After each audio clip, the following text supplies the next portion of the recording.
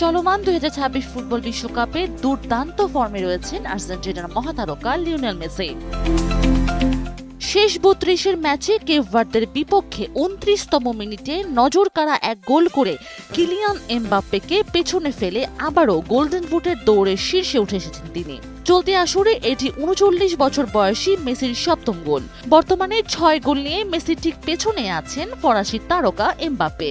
এছাড়া 5 গোল করে লড়াইয়ে আছেন আর্লিং হ্যালান্ড ও হ্যারি কেইন এবং 4 গোল নিয়ে তালিকায় আছেন ভিনিসিয়াস জুনিয়র ও ওসমানে দেমবেলে।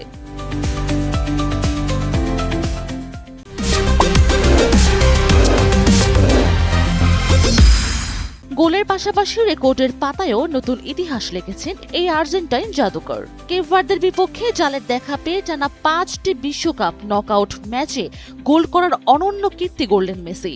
2022 বিশ্বকাপের নকআউট পর্ব অস্ট্রেলিয়া, নেদারল্যান্ডস, ক্রোয়েশিয়া ও ফাইনালের 2 গোল থেকে শুরু হওয়া এই ধারা তিনি বজায় রাখলেন চলতি আসরেও।